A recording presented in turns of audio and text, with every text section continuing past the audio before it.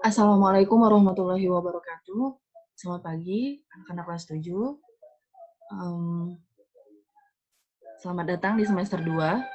Hari ini kita akan belajar materi baru di prakarya dengan aspek kerajinan, yaitu kerajinan limbah lunak. Nah, sebelum kita masuk kepada materi hari ini, ada video sedikit ya.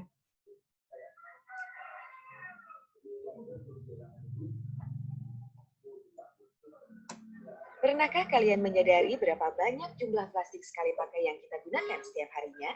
Mulai dari tas belanja plastik, sedotan plastik, kemasan makanan dan minuman, serta masih banyak lagi produk berbahan dasar plastik yang lainnya.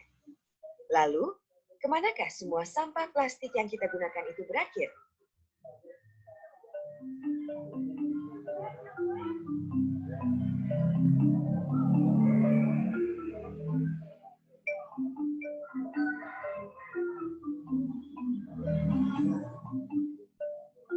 Plastik, material berkarakter ringan dan tahan lama ini pasti akrab dijumpai dalam keseharian kita. Selain praktis, plastik sangat digemari karena harganya yang relatif murah dan mudah didapatkan. Namun sifatnya yang tidak mudah rusak membuat plastik sulit terurai sehingga tidak ramah lingkungan.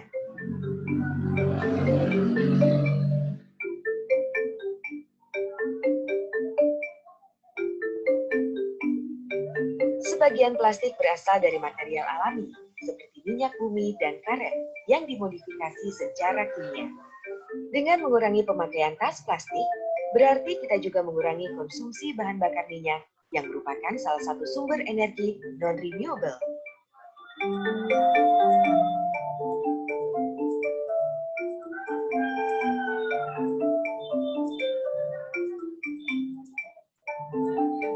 Plastik membutuhkan waktu puluhan hingga ratusan tahun untuk dapat terurai secara alami.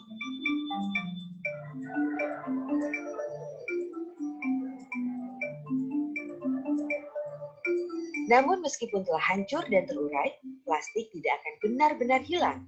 Akan tetapi berubah menjadi partikel plastik berukuran mikro atau yang dikenal dengan sebutan mikroplastik.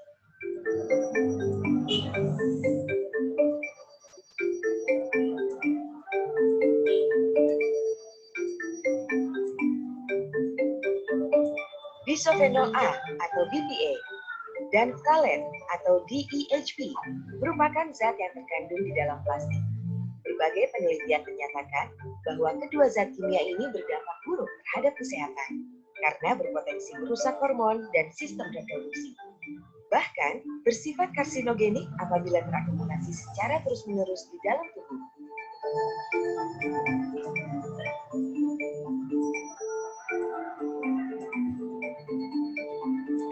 Dengan meningkatnya produksi plastik global, jumlah plastik yang terbuang ke laut juga akan jauh lebih besar.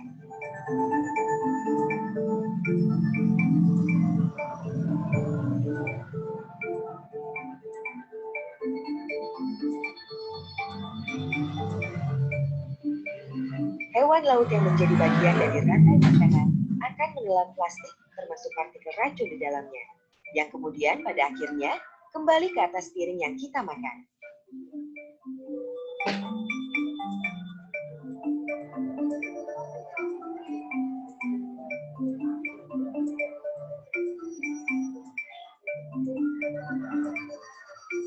Kita memang tidak dapat menghentikan masifnya produksi plastik, karena dibutuhkan peran serta dari semua pihak, termasuk pemerintah selaku pembuat kebijakan.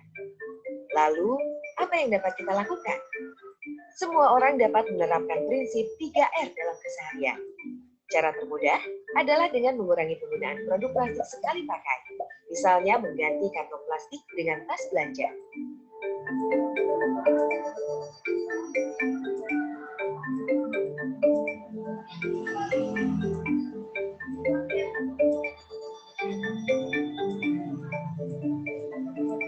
Produksi, jumlah pemakaian, dan pencemaran lingkungan akibat limbah plastik nyatanya kian hari makin bertambah banyak.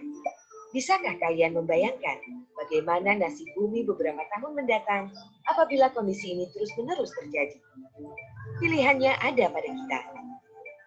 Satu perubahan kecil dapat berdampak besar. Maka, mulailah dari diri kita sendiri mulai saat ini.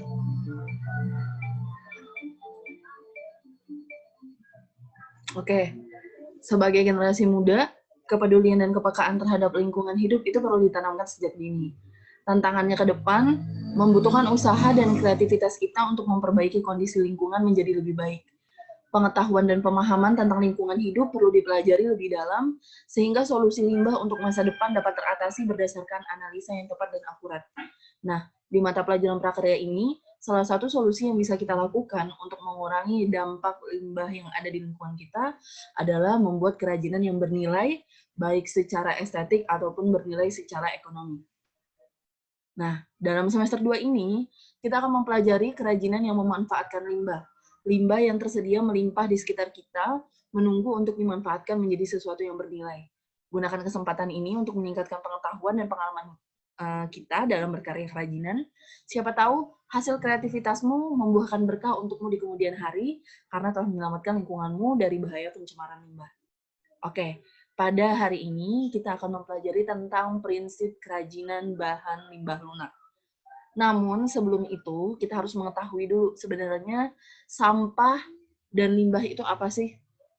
Nah, sampah adalah suatu bahan yang terbuang atau dibuang dari hasil aktivitas manusia sehari-hari maupun proses alam yang belum memiliki nilai ekonomis. Sampah merupakan limbah padat. Dengan sampah dan tempatnya yang tidak teratur di suatu tempat dapat merubah pemandangan menjadi tidak indah, menghasilkan bau tidak sedap, dan tentunya dampaknya akan merusak lingkungan. Sampah hanya dapat diolah dengan cara dibuang, lalu dibakar, atau ditimbun dalam tanah sebagai bahan urukan permukaan tanah. Juga ada yang dimanfaatkan sebagai pupuk tanaman. Limbah sendiri dari tempat asalnya bisa beraneka ragam. Ada limbah dari rumah tangga, limbah dari pabrik-pabrik, dan juga ada limbah dari suatu kegiatan tertentu. Tahukah kamu bahwa limbah terdiri dari beberapa kelompok? Jadi limbah ini ada beberapa kelompok dan banyak jenisnya.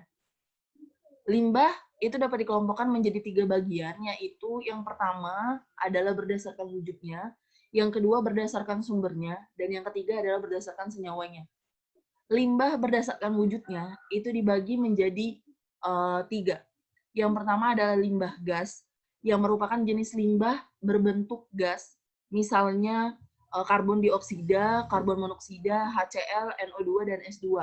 Atau kalau misalnya teman-teman melihat ada industri pabrik di situ, kemudian menghasilkan uap ataupun asap ataupun yang berupa gas-gas, maka itu disebut limbah yang berbentuk gas. Atau yang lebih dekat dengan kita misalnya motor dan mobil gitu ya. Nah, gas yang dihasilkan itu disebut limbah gas, yaitu karbon dioksida. Kemudian selanjutnya adalah limbah cair. Adalah jenis limbah yang memiliki fisik berupa zat cair, misalnya air cucian, air hujan, rembesan AC, air sabun, dan minyak goreng buangan, itu merupakan contoh daripada limbah cair. Lalu yang ketiga adalah limbah padat. Merupakan jenis limbah yang berupa padat, misalnya kotak kemasan, bungkus jajanan, plastik, botol, kertas, kardus, ataupun ban bekas. Lalu yang kedua, limbah berdasarkan sumbernya itu dibagi menjadi 4. Yang pertama adalah limbah pertanian, yang merupakan limbah yang ditimbulkan karena kegiatan pertanian. Lalu yang kedua adalah limbah industri, merupakan limbah yang dihasilkan oleh pembuangan kegiatan industri. Yang ketiga, limbah pertambangan, merupakan limbah yang asalnya dari kegiatan pertambangan. Dan yang keempat adalah limbah domestik, merupakan limbah yang berasal dari rumah tangga, pasar, restoran, dan pemukiman penduduk yang lain. Lalu yang ketiga adalah limbah berdasarkan senyawanya. Kalau limbah berdasarkan senyawanya ini dibagi menjadi 2, ada limbah organik dan limbah anorganik. Limbah organik adalah limbah yang bisa dengan mudah diuraikan atau mudah membusuk, misalnya kulit buah dan sayuran, kotoran manusia ataupun kotoran hewan. Sedangkan limbah anorganik ini adalah jenis limbah yang sangat sulit atau bahkan tidak bisa untuk diuraikan atau tidak bisa membusuk. Misalnya plastik, beling, baja, botol kaca, dan lain-lain ya. Oke, hari ini cukup sampai di sini. Kalian diminta untuk menuliskan rangkuman daripada materi ini. Silakan dituliskan di buku catatan prakarya kalian, poin-poinnya saja.